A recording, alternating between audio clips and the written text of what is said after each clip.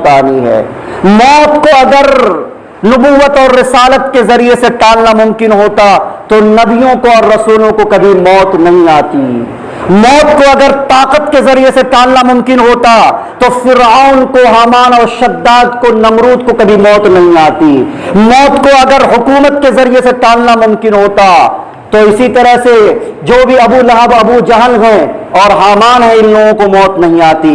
موت کو اگر دولت کے ذریعے ٹالنا ممکن ہوتا تو قارون کو کبھی موت نہیں آتی۔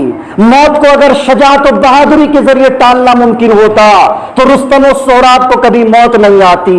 موت کو اگر محبت کے ذریعے سے ٹالنا ممکن ہوتا تو کوئی ماں اپنے بچے کو اپنے سامنے بلکتے روتے ہوئے دنیا سے جاتے ہوئے نہ جانے دیتی بلکہ اس کو روک لیا کرتی۔ موت کو اگر طب کے ذریعے سے، ڈاکٹری کے ذریعے سے ٹالنا ممکن ہوتا تو کبھی بھی لقمان حکیم کو موت نہیں آتی۔ پتہ یہ چلا کہ موت ہر ایک انسان کو آنا ہے، چاہے وہ ڈاکٹر ہو، چاہے وہ فلاسفر ہو، چاہے وہ نبی ہو، چاہے وہ رسول ہو، چاہے وہ بہت بڑا بہادر انسان ہی کیوں نہ ہو، ہر انسان کو موت آنی ہے۔ کل نفس ذائقۃ الموت، ہر نفس کو موت کا ذائقہ چکھنا ہے۔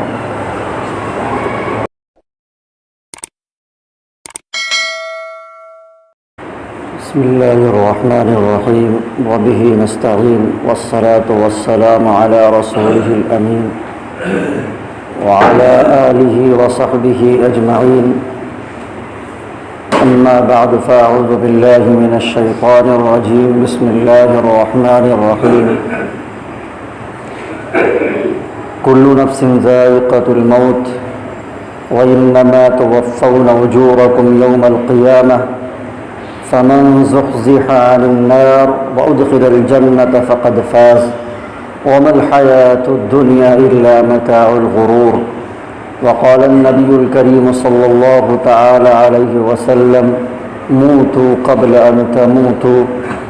آمنت بالله صدق الله مولانا العظيم وصدق رسوله النبي الكريم ونحن على ذلك لمن الشاهدين والشاكرين والحمد لله رب العالمين۔ اللهم صل على سيدنا محمد وعلى آل سيدنا محمد وبارك وسلم۔ اللهم صل على سيدنا محمد وعلى آل سيدنا محمد وبارك وسلم۔ اللهم صل على سيدنا محمد وعلى آل سيدنا محمد وبارك وسلم۔ محترم بزرگوں اور دینی بھائیوں، السلام علیکم ورحمۃ اللہ وبرکاتہ۔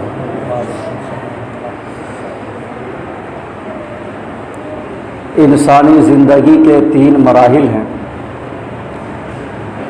ویسے تو 4 ہیں لیکن 3 مشہور و معروف ہیں۔ پہلا مرحلہ عالم ارواح کا ہے، جس میں ہم اور آپ دنیا کی تخلیق سے پہلے ہی موجود تھے۔ دوسرا جو مرحلہ ہے وہ یہی جو ہم اس دنیا میں چل پھر رہے ہیں اور اپنے کاروبار زندگی میں مشغول اور مصروف ہیں، بیزی ہیں۔ اور تیسرا مرحلہ اس کے بعد ہے، یا تو اس کو عالم برزخ کہہ لیجئے اور چوتھا مرحلہ عالم آخرت کہہ لیجئے، یا دونوں کو ملا کر ایک ہی مرحلہ شمار کیا گیا ہے۔ تو اس عالم دنیا کے بعد جو ہے وہ مرحلہ تیسرا ہے۔ اب سمجھنے کی بات یہ ہے کہ جب 3 مراحل میں تو پہلے مرحلے میں کیا ہوا، اس کا مقصد کیا تھا، دوسرے مرحلے میں کیا ہو رہا ہے، اس کا مقصد کیا ہے، تیسرے مرحلے کا مقصد کیا ہے۔ اب ظاہر بات ہے کہ بہت مختصر وقت ہے، اس کم وقت میں تینوں مراحل کے مقاصد کو تفصیل سے بیان نہیں کیا جا سکتا ہے۔ مختصراً اشارہ کرتے ہوئے ہم اصل بات کو رکھیں گے۔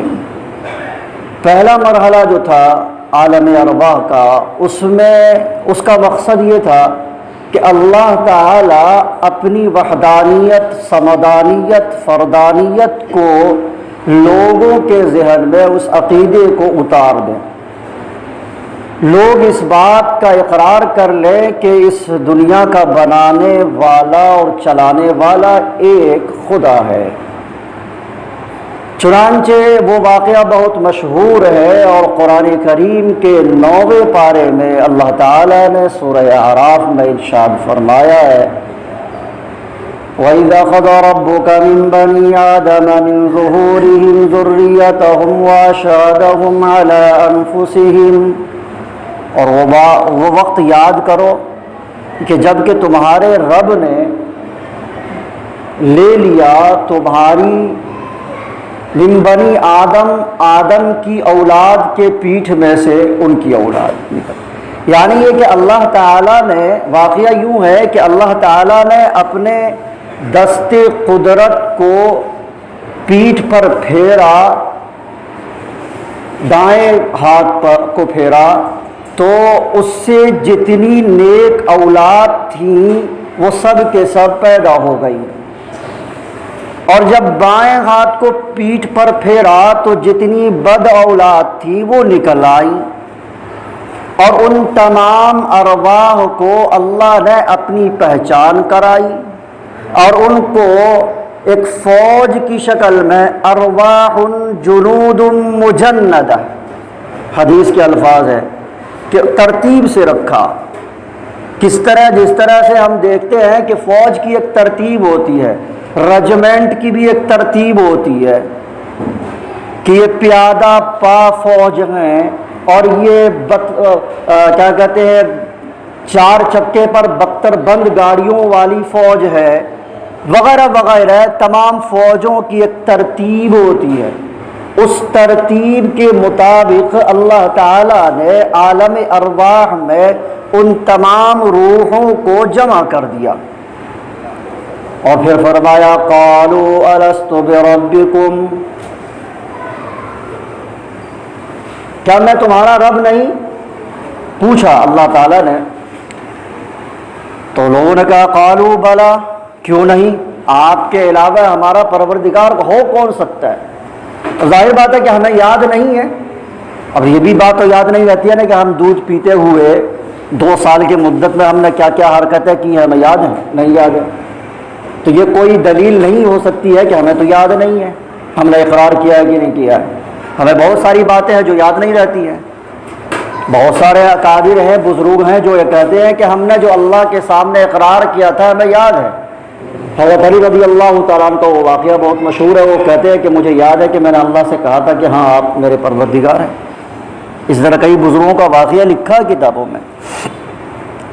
تو بہرحال اللہ تعالیٰ نے عالم ارواح کو اس لیے بنایا، پھر اس کے بعد ایک ترتیب رکھی، کل قیامت کی صبح تک جتنے لوگ آئیں گے ہر ایک کی ترتیب بنی ہوئی ہے۔ ایسا نہیں ہے کہ پیدا کیا ہے؟ یہ پیدا فارسی کا لفظ ہے، اور اس کا معنی ہے ظاہر ہونا۔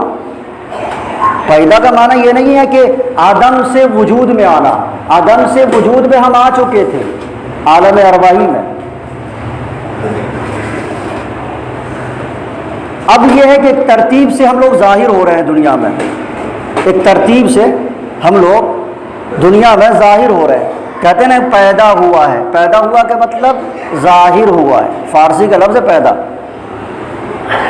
اس کا یہ مطلب نہیں ہوا تھا کہ وہ آدم تھا وجود میں آ گیا، یعنی کچھ نہیں تھا کچھ ہو گیا، ایسا نہیں ہے، بلکہ ظاہر ہو گیا، وہ پہلے سے تھا اب وہ ظاہر ہوا ہے۔ تو اب جب ترتیب اس کی یہ ہوتی ہے کہ جب ماں کے پیٹ میں 3-4 مہینے گزر جاتے ہیں تو ایک باڈی تیار ہوتی ہے، جسم تیار ہوتا ہے۔ اس جسم میں اللہ تعالیٰ فرشتوں کو حکم دیتے ہیں کہ فلاں روح کو لے جا کر کے اس میں ڈال دو۔ چنانچہ 4 مہینے کے بعد اس روح کو اس ماں کے پیٹ میں جو باڈی تیار ہو رہی تھی ڈال دیا جاتا ہے۔ اسی لیے 6 مہینے میں بچہ تیار ہو جاتا ہے، اور 6 مہینے میں بچہ پیدا ہو سکتا ہے اور ہوتا بھی ہے۔ بہرحال تو اس کے بعد پھر وہ دنیا میں آتا ہے۔ اب اس دنیا میں جو بھی انسان آیا، اس دنیا کا مقصد کیا ہے؟ بہت تفصیل سے بے شمار مقرروں سے آپ نے سماعت کر لی ہے کہ اس دنیا میں آنے کا مقصد ہمارا کیا ہے، اللہ تعالیٰ نے ہمیں اس دنیا میں کیوں پیدا کیا اور کیوں بھیجا ہے۔ لیکن ایک بات یہی ہے کہ اس دنیا میں جو بھی آیا ہے، ظاہر بات ہے کہ یہ 3 مراحل ہیں، ان تینوں مراحل کو ہمیں طے کرنا ہے۔ تو ظاہر جس طرح سے ہم عالم ارواح سے یہاں آئے، ماں کے پیٹ میں، ماں کے پیٹ سے پھر ظاہر ہو کر یہاں آئے دوسرے مرحلے میں، تو تیسرا مرحلہ بھی طے کرنا ہے۔ اسی کو اللہ تعالیٰ نے قرآن کریم میں ارشاد فرمایا، کل نفس ذائقۃ الموت، ذائقہ موت ہر نفس کو چکھنا ہے۔ موت کا ذائقہ، ذائقہ کیا ہے؟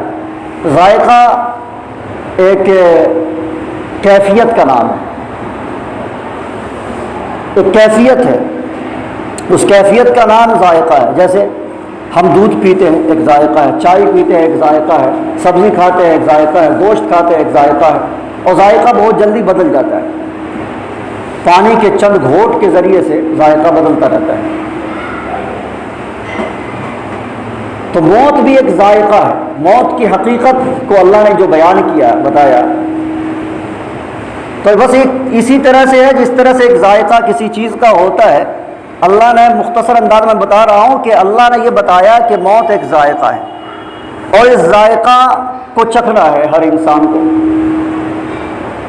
اور جب ہر انسان اس کا ذائقہ چکھ لے گا تو کیا ہوتا ہے؟ وہ ایک کیفیت بتا دوں کہ انسان کے جسم سے روح نکلتی ہے، اور روح کیا ہے؟ جیسا کہ ہم نے ابھی بتایا کہ وہ رجمنٹ کی شکل میں یا فوج کی ترتیب کی شکل میں جو ہوتی ہے، اسی ترتیب میں ارواح میں روحیں موجود ہیں۔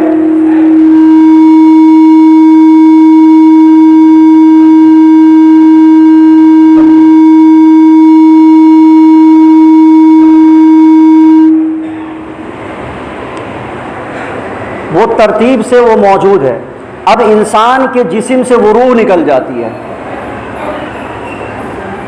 جسم مرتا ہے، روح نہیں مرتی ہے۔ مرتا جسم ہے، روح نہیں مرتی، بلکہ روح اس کے جسم سے نکل کر فرشتے اس کو لے جاتے ہیں آسمان پر۔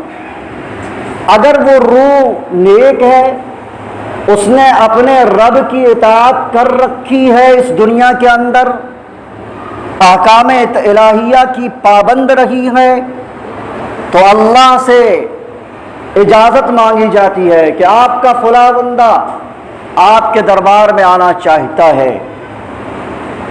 دربار الہی سے اجازت ملتی ہے کہ اسے بلاؤ، وہ میرے دربار میں آ کر سجدہ کرے۔ چنانچہ وہ پاک روح اللہ کے دربار میں حاضر ہو کر سجدے کرتی ہے، اور پھر اس روح کو فرشتے اس جسم میں، جو جسم مر چکا ہوا ہوتا ہے، اور لوگ اس کو اس کے عزیز و اقارب لے جا کر کے قبر میں ڈال دیتے ہیں۔ اسی لیے کہا گیا ہے کہ مردہ جب مر جائے تو اس کی تجہیز اور تکفین جلدی کرو، دیر کرنا یہ برا عمل ہے، پسندیدہ نہیں ہے، غلط ہے، اس لیے جلدی کرنا چاہیے۔ اب ہمارے یہاں رواج ہوتا چلا جا رہا ہے کہ فلاں کا انتظار ہو رہا ہے، فلاں کا انتظار ہو رہا ہے، یہ سب غلط ہے، بہرحال اس کا موقع نہیں۔ تو وہ روح کو فرشتے لا کر کے اس جسم میں ڈال دیتے ہیں۔ اب اس کے ساتھ جو عمل ہونا ہوتا ہے وہ یہ ہوتا ہے کہ اگر نیک ہے وہ روح، تو اس کے ساتھ وہ سوال و جواب ہوتا ہے، جو 2 فرشتے آتے ہیں اور فرشتے سوال کرتے ہیں، جواب آخر میں اللہ کے نبی جناب محمد الرسول اللہ صلی اللہ علیہ وسلم کی زیارت کرائی جاتی ہے، وہ اس کو پہچاننے میں کامیاب ہو جاتی ہے وہ روح۔ تو پھر کہتا جاؤ اس کی قبر کو جنت کا باغ بنا دو، 70 گز چوڑائی لمبائی میں اس کی قبر پھیل جاتی ہے، جنت سے اٹیچمنٹ کر دیا جاتا ہے، اس کو ملا دیا جاتا ہے، اور پھر جنت کی ہوائیں اور اس کے جو لذتیں ہیں، خوشبوئیں ہیں، وہ سب آنے لگتی ہیں، اور اس سے وہ انسان لطف اندوز ہوتا رہتا ہے۔ اگر خدا نخواستہ اگر اس دنیا میں انسان نے برا عمل کیا ہے تو پھر کیا ہوتا ہے؟ وہ روح جب فرشتے اس کو لے کر جاتے ہیں تو اللہ کی طرف سے وہ اجازت نہیں ملتی، اسے لوٹا دیا جاتا ہے۔ پھر قبر میں وہی حشر ہوتا ہے کہ اس کے قبر کو جہنم سے ملا دیا جاتا ہے، پھر اس کے ساتھ جو حشر ہوتا ہے وہ آپ نے بہت ساری کتابوں میں پڑھ رکھی ہے اور سن بھی رکھی ہے۔ میں یہ بتانا چاہ رہا تھا کہ کل نفس ذائقۃ الموت، ہر نفس کو موت کا مزہ چکھنا ہے، موت کا ذائقہ چکھنا ہوگا۔ پھر اس کے بعد کیا ہوگا؟ وَإِنَّمَا تُوَفَّوْنَ أُجُورَكُمْ يَوْمَ الْقِيَامَةِ فَمَنْ زُحْزِحَ عَنِ النَّارِ وَأُدْخِلَ الْجَنَّةَ فَقَدْ فَازَ وَمَا الْحَيَاةُ الدُّنْيَا إِلَّا مَتَاعُ الْغُرُورِ۔ موت ایک ایسی چیز ہے، ایک ایسی اٹل حقیقت ہے جس کا انکار کسی نے بھی نہیں کیا ہے۔ لوگوں نے انکار نبی کا بھی کر دیا، لوگوں نے نبی کے ساتھ ساتھ خدا کا بھی انکار کیا، کتاب کا بھی انکار کیا، قرآن کریم کا بھی انکار کیا، دن اور رات کا بھی انکار لوگوں نے کیا کہ یہ جو نظام چل رہا ہے اس کا بھی انکار کر رہے ہیں، لوگ دہریہ بن گئے۔ لیکن موت ایک ایسی اٹل حقیقت اور سچی حقیقت ہے جس کا انکار کسی نے بھی نہیں کیا ہے۔ احیا دواء الموت کل طبیب وقد فارق الناس قبل الاحبۃ قبلنا احیا دواء الموت کل طبیب۔ لوگ اپنے اپنے عزیز و اقارب سے، اپنے محبوب سے جدا ہو گئے ہم سے پہلے ہی، اور موت نے ہر طبیب کو تھکا کر رکھ دیا ہے۔ دواء الموت، موت کی کوئی دوا آج تک ملی نہیں ہے، ہر ڈاکٹر ناکام ہے۔ اور عجیب اتفاق ہے کہ جو ڈاکٹر جس چیز میں ماہر ہوتا ہے وہ اسی مرض میں انتقال کرتا ہے۔ عجیب اتفاق ہے۔ بہرحال اس میں یہ کہنا نہیں ہے، کہنا یہ تھا کہ موت ایک ایسی اٹل حقیقت ہے جس پر ہر انسان کا اتفاق ہے، چاہے وہ ہندو ہو، چاہے جین ہو، سکھ ہو، مسلمان ہو، عیسائی ہو، یہودی ہو، بدھسٹ ہو، دہریہ ٹائپ کا انسان ہو، کوئی بھی ہو، ہر انسان اس بات کا اقرار کرتا ہے کہ موت آنی ہے۔ اختلف الناس حتى لا اتفاق لهم الا على شجب والخلف في الشجب۔ لوگوں نے ہر ایک چیز میں اختلاف کر لیا، لیکن موت ایک ایسی اٹل حقیقت ہے جس میں سارے کے سارے انسان کا اتفاق ہے۔ اگر دنیا میں کوئی انسان بچ سکتا تھا تو وہ جناب محمد الرسول اللہ صلی اللہ علیہ وسلم کی ذات تھی۔ بدنیا اگر کسے پائندہ بودے، بدنیا اگر کسے پائندہ بودے، ابو القاسم محمد زندہ بودے صلی اللہ علیہ وسلم۔ دنیا میں اگر کوئی انسان پائندہ رہتا، ہمیشہ رہتا، تو ابو القاسم جناب محمد الرسول اللہ صلی اللہ علیہ وسلم ہمیشہ زندہ رہتے۔ لیکن وما محمد الا رسول قد خلت من قبلہ الرسل افإن مات او قتل انقلبتم علی اعقابکم۔ نبی ہو، رسول ہو، اولیاء ہوں، تابعین ہو، صلحاء ہوں، کوئی بھی ہوں، ہر ایک کو موت آنی ہے۔ موت کو اگر نبوت اور رسالت کے ذریعے سے ٹالنا ممکن ہوتا تو نبیوں کو اور رسولوں کو کبھی موت نہیں آتی۔ موت کو اگر طاقت کے ذریعے سے ٹالنا ممکن ہوتا تو فرعون کو، حامان اور شداد کو، نمرود کو کبھی موت نہیں آتی۔ موت کو اگر حکومت کے ذریعے سے ٹالنا ممکن ہوتا تو اسی طرح سے جو بھی ابو لہب، ابو جہل ہیں اور حامان ہیں، ان لوگوں کو موت نہیں آتی۔ موت کو اگر دولت کے ذریعے ٹالنا ممکن ہوتا تو قارون کو کبھی موت نہیں آتی۔ موت کو اگر شجاعت و بہادری کے ذریعے ٹالنا ممکن ہوتا تو رستم و سہراب کو کبھی موت نہیں آتی۔ موت کو اگر محبت کے ذریعے سے ٹالنا ممکن ہوتا تو کوئی ماں اپنے بچے کو اپنے سامنے بلکتے روتے ہوئے دنیا سے جاتے ہوئے نہ جانے دیتی، بلکہ اس کو روک لیا کرتی۔ موت کو اگر طب کے ذریعے سے، ڈاکٹری کے ذریعے سے ٹالنا ممکن ہوتا تو کبھی بھی لقمان حکیم کو موت نہیں آتی۔ پتہ یہ چلا کہ موت ہر ایک انسان کو آنا ہے، چاہے وہ ڈاکٹر ہو، چاہے وہ فلاسفر ہو، چاہے وہ نبی ہو، چاہے وہ رسول ہو، چاہے وہ بہت بڑا بہادر انسان ہی کیوں نہ ہو، ہر انسان کو موت آنی ہے۔ کل نفس ذائقۃ الموت، ہر نفس کو موت کا ذائقہ چکھنا ہے۔ تو اللہ تعالیٰ فرماتے ہیں کہ موت تو خیر بہرحال آنی ہی ہے، کہاں جاؤ گے؟ این المفر، کون سا راستہ ہے؟ بھاگنے کی جگہ کہاں؟ کہیں نہیں۔ یا معشر الجن والانس ان استطعتم ان تنفذوا من اقطار السماوات والارض فانفذوا لا تنفذون الا بسلطان، بھاگ نہیں سکتے کہیں بھی۔ اللہ تعالیٰ فرماتے ہیں آگے وَإِنَّمَا تُوَفَّوْنَ أُجُورَكُمْ يَوْمَ الْقِيَامَةِ، ہر قیامت کے دن ہر نفس کو، ہر انسان کو اس کا پورا پورا بدلہ مل جائے گا۔ آج انسان دنیا میں احتجاج کرتا ہے، مظاہرے کرتا ہے، ہماری سیلری بہت کم ہے، ہمیں اجر نہیں دیا جاتا، ہمارا معاوضہ پورا نہیں ملتا ہے، ہمیں ہماری محنت کا پورا صلہ نہیں ملتا ہے، سرکار کے سامنے احتجاج کرتا ہے، نہ جانے اپنے جو جس کے زیر نگرانی کام کر رہا ہوتا ہے اس کے سامنے جا کر مظاہرہ کرتا ہے، درخواست پہ درخواست دیتا ہے، اپلیکیشن پہ اپلیکیشن دیتا رہتا ہے، مطالبات کی ایک لمبی فہرست ہوتی ہے کہ ہمیں پورا بدلہ نہیں ملتا۔ اللہ تعالیٰ کل فرماتے ہیں کہ کل قیامت کے دن ایسا نہیں ہوگا، وَإِنَّمَا تُوَفَّوْنَ أُجُورَكُمْ يَوْمَ الْقِيَامَةِ، ہر انسان کو اس کا پورا پورا بدلہ ملے گا۔ اور قیامت تو اسی لیے قیامت کا دن رکھا گیا ہے کہ اسے پورا پورا بدلہ ملے۔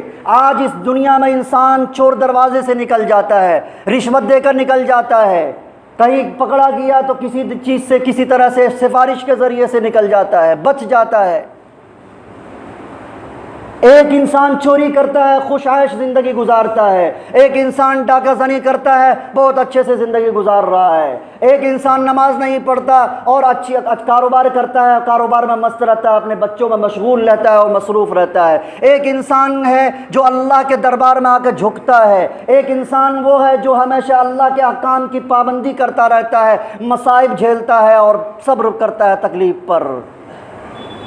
تو یہ تو دنیا ہے، یہاں ہوتا رہے گا، لیکن ایک قیامت کا دن ہے جس میں ہر ایک کو فیصلہ ملنا ہے اور برابری کے ساتھ ملنا ہے۔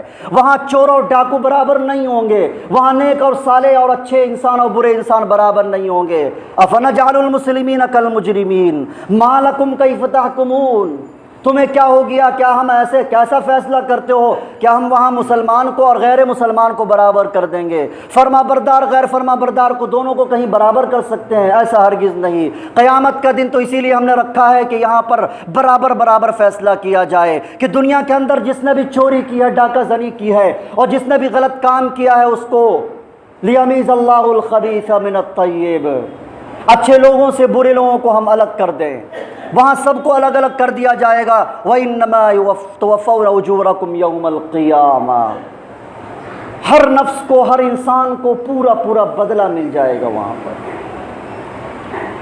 آگے اللہ تعالیٰ نے ارشاد فرمایا فَمَنْ زُحْزِحَ عَنِ النَّارِ، تو بہرحال وہ انسان جو جہنم سے بچا لیا جائے گا اور جنت کے اندر داخل کر دیا جائے گا، وہ کامیاب ہو جائے گا۔ کامیابی کا دار و مدار اس پر ہے کہ انسان کی آخرت سنور جائے۔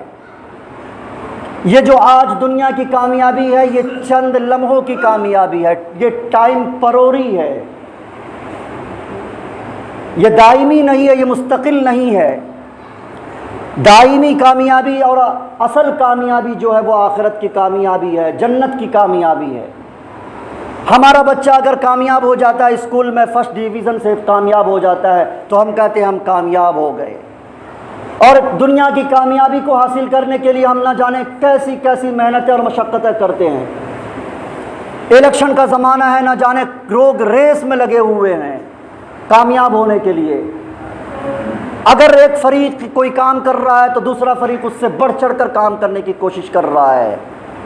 اچھا کام بھی اور برا کام بھی، برے کاموں میں بھی ایک سبقت لگی ہوئی ہے، ریس لگی ہوئی ہے کہ کسی طرح میں کامیاب ہو جاؤں۔ یہ کامیابی جو چند لمحوں کی کامیابی ہے، یہ کامیابی جو صرف ٹیمپروری ہے، اس کامیابی کے لیے نہ جانے کیسے ہم گناہ بھی کرتے چلے جا رہے ہیں۔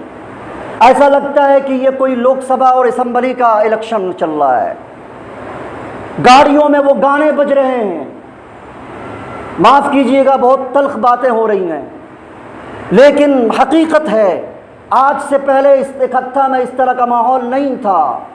بہت ہوتا تھا تو پرچار پرسار ہو جاتا تھا، ہم نے بھی دیکھا ہے، لیکن اس مرتبہ میں یہ دیکھ رہا ہوں کہ لوگ گاڑیوں میں گانے بجا رہے ہیں، میوزک بجا رہے ہیں، اور ایسا لگتا ہے کہ اسمبلی یا لوک سبھا کا الیکشن آ رہا ہے۔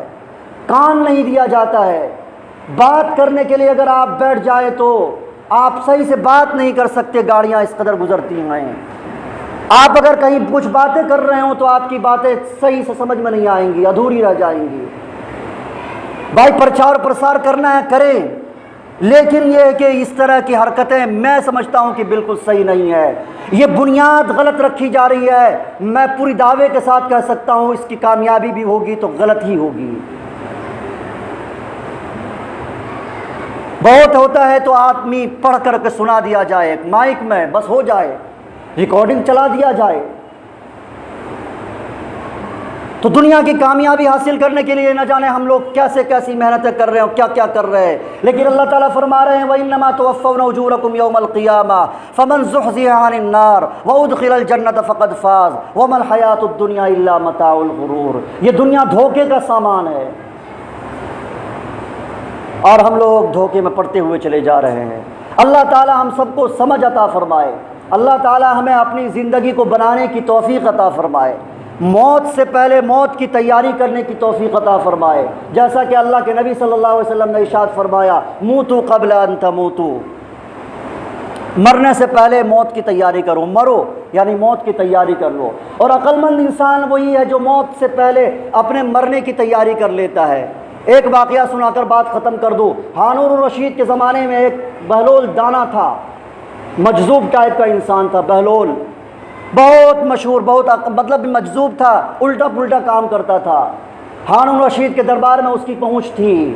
ہارون الرشید نے ایک مرتبہ ایک ڈنٹا دیا کہ یہ ڈنٹا لے رکھو، اپنے سے زیادہ جو بے وقوف تمہیں نظر آئے اس کو یہ دے دینا۔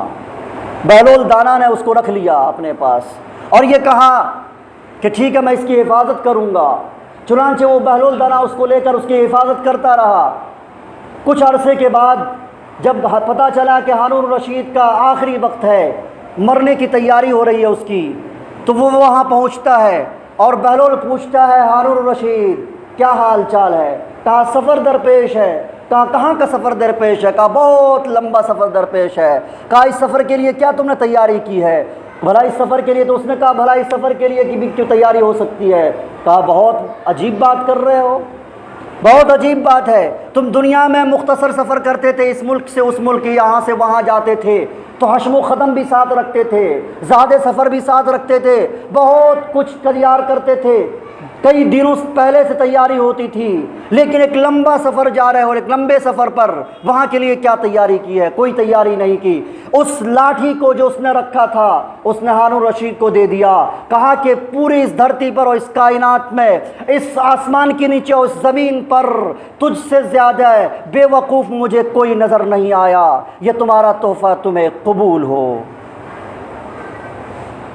بہلول دانا بہت بڑا انسان تھا، گرچہ مجذوب تھا، لیکن اس نے سبق سکھا دیا کہ اچھا انسان وہی ہے، عقل مند وہی ہے جو مرنے سے پہلے مرنے کی تیاری کر لیتا ہے۔ اللہ تعالی ہم سب کو کہنے سننے سے زیادہ عمل کی توفیق عطا فرمائے، مرنے سے پہلے مرنے کی بھی تیاری کی توفیق عطا فرمائے۔ آمین۔ وآخر دعوانا الحمدللہ رب العالمین۔